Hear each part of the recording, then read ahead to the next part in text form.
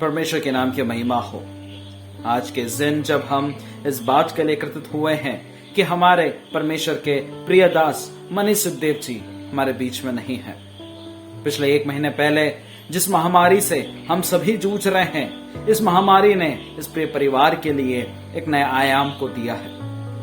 आज मनीष भैया जब हमारे बीच में नहीं है, हम इस बात के शोकित नहीं हैं कि उनकी कमी कितनी है। इस कमी को हम सभी महसूस करते हैं, लेकिन आज हम इस बात से भी आनंदित हैं कि उन्होंने अपने इस जीवन में उस परमेश्वर के लिए क्या कुछ नहीं किया है।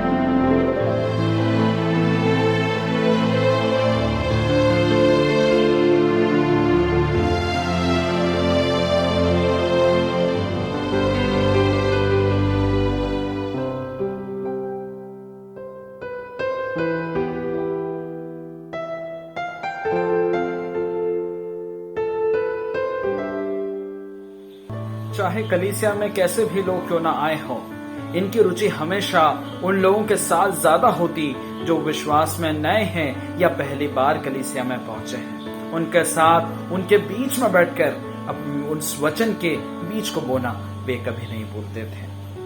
चाहे घर में कोई सदस्य या कोई मेहमान क्यों ना हो, हमेशा इस बात की प्राथमिकता रहती कि जिस विश्वास से, जिस परमेश्वर के पीछे वे चले हैं, उस प्रभु को उनसे कैसे मिलाए। हमारी कलीसियाओं में भी अगर कोई भी व्यक्ति इस प्रकार से पहली बार पहुंचता तो मनीष भाई उनके अंदर वचन के उस बीज को बोना नहीं भूलते। चाहे लोग किसी भी तबके क्यों ना हो, वे हर किसी के साथ मेलजोल बढ़ाकर उनके साथ एक साथ हो जाते हैं। चाहे बच्चे हो, चाहे बूढ़े हो, चाहे किसी भी उम्र के लोग क्यों ना हो, वचन सुनाना है और प्रभु को उनको दिखाना है। जिस जज्बे और उत्साह के साथ इस परिवार ने प्रभु के पीछे चले हैं और इन सारी परेशानियों और इन सारी तकलीफों के बीच में भी वे प्रभु को थामे हैं, यह हमारे लिए सबसे बड़े प्रेरणा का स्रोत है। आज हम इस प्रिय परिवार के साथ परमेश्वर में एक होकर जरूर खड़े हैं और इसी बात के लिए परमेश्वर का धन्यवाद देते हैं कि प्रभु ने अब मनीष भैया को भरपूरी से इस्तेमाल किया है। चाहे कलीसिया में सामने खड़े होकर वचन को पेश करना हो, चाहे VBS में किसी कक्षा को लेना हो या किसी सिद्धांत को रखना हो, परमेश्वर के उस सुसमाचार को फैलाने के लिए, उस सुसमाचार को रखने के लिए सबसे आगे खड़े रहते थे। बुधवार के उस हिंदी अध्ययन सभा को हम कभी नहीं भूल पाएंगे। और चाहे युवकों को एक साथ लेकर, पूरे इंदौर के कलीसियाओं के बच्चों को एक साथ लेकर एक प्रतियोगिता क्यों ना करनी हो, ये सारे बातों के लिए मनीष भाई और परिवार हमेशा आगे रहा है। जीवित अनुग्रहकारी सर्वसमर्थी परमेश्वर पिता, सारे सृष्टि के मालिक, आपको धन्यवाद देते हैं प्रभु। हमारी ये प्रार्थना है प्रभु कि जब आपने हमें चुना है, जब आपने हमें ठहराया है, जब आपने हमें अलग किया है परमेश्वर पिता, हम ऐसे जीवन को जिए ताकि जब दूसरों के साथ हम बात करें प्रभु, हमारे बातों के द्वारा दीनता, नम्रता, प्रभु यीशु मसीह का स्वभाव दिखने पाए।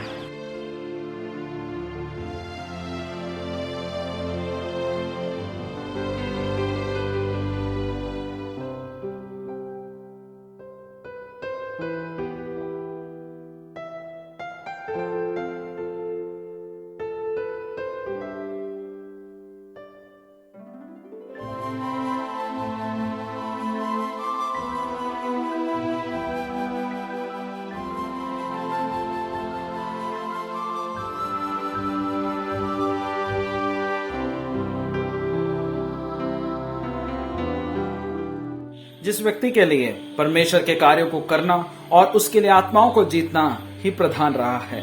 और जिस व्यक्ति के घर में इस बात की कतार रहती कि कितने नए लोगों को आज हम सुसमाचार सुनाया है, और इस बात की खुशी हमेशा छलकती रहती कि कितने जगहों पर जाकर सुसमाचार को फैलाया है, आज हम इस प्रिय दास को और उनके परिवार के साथ खड़े होते हैं। और आज हम इसी प्रार्थना के साथ लगे हुए हैं कि प्रभु इन परिवारों को, इन प्रियजनों को बलवंत करे और इनके प्रिय बेटों को परमेश्वर के राज्य में और आगे ले चले।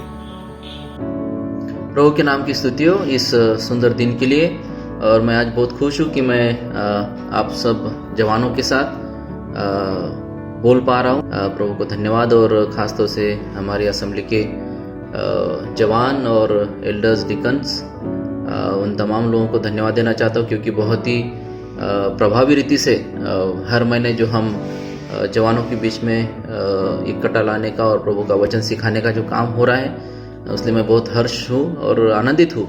आज ऐसे कई नमूने वे हमें दिखा गए हैं जिसके द्वारा हम परमेश्वर की सेवकाई को कर सकते हैं।